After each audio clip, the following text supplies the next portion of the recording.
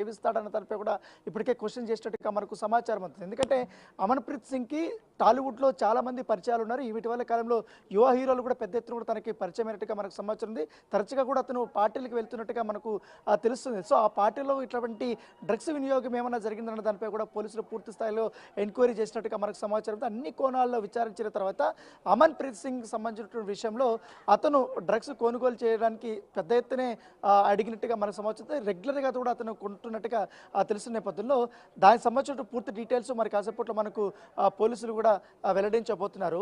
అయితే గతంలో 2017కి సంబంధించిన టాలీవుడ్ డ్రగ్స్ కేసులో రకుల్‌ప్రీత్ సింగ్ ఈడీ విచారణకు హాజరైనప్పుడు దాదాపు 9 గంటల పాటు కూడా ఆమెను విచారించారు. ఆ విచారణలో ఆమెకు సంబంధించినటువంటి బ్లడ్ శాంపిల్స్ కానీ అలాగే వెంట్రుకలు కానీ ఇవన్నీ కూడా టెస్ట్కి పంపించాలని కూడా అప్పుడు వాటికి సంబంధించిన శాంపిల్స్ కూడా తీసుకున్నారు.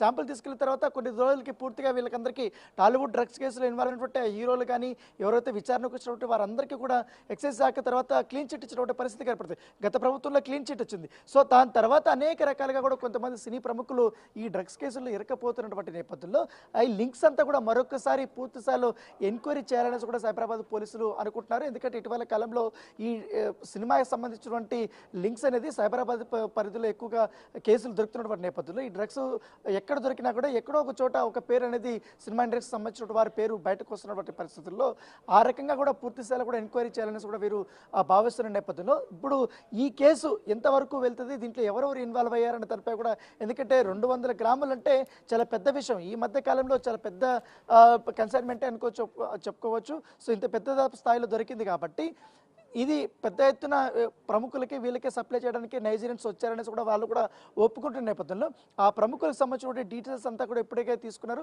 కొంతమందికి ఫోన్లు చేశారు, కొంతమంది అయితే అవుట్ ఆఫ్ స్టేషన్లో ఉన్నామని కూడా కొంతమంది చెప్పారు, కొంతమంది అయితే విచారణకు హాజరు వచ్చారు. అయితే ప్రాథమికంగా దీంట్లో మెయిన్ ఎవరైతే ఉన్నారో దానికి సంబంధించి ఒక 10 మంది దాకా కూడా ఇప్పటికే క్వశ్చన్ చేసినట్టుగా మనకు సమాచారం ఉంది. ఎవరి పాత్ర ఎంతవరకు అనేది కూడా ఒక క్లారిటీ వచ్చిన తర్వాత ఎవరి కోసం తీసుకొచ్చారు, వీళ్ళు కొన్న తర్వాత వీళ్ళు ఎవరి కోసం తీసుకెళ్లారు, లేకపోతే ఏ పార్టీలో వీళ్ళు వినియోగం చేసుకున్నారు అనేది కూడా ఒక క్లారిటీ అనేది పోలీసులకు వచ్చింది. కాబట్టి ఇప్పుడు దాన్ని పూర్తి వివరాలు అనేది కూడా మరి కాసేపట్లో మనకి వివరించబోతున్నారు. అయితే ఇప్పుడు టాలీవుడ్కి సంబంధించినటువంటి విషయంలో అతను ఇప్పుడు 2 సినిమాలకి హీరోగా కూడా నటించాడు. కాబట్టి నిన్నే పెళ్లాడతానే సినిమా ఒకటి, అలాగే మరొక సినిమా ఒకటి.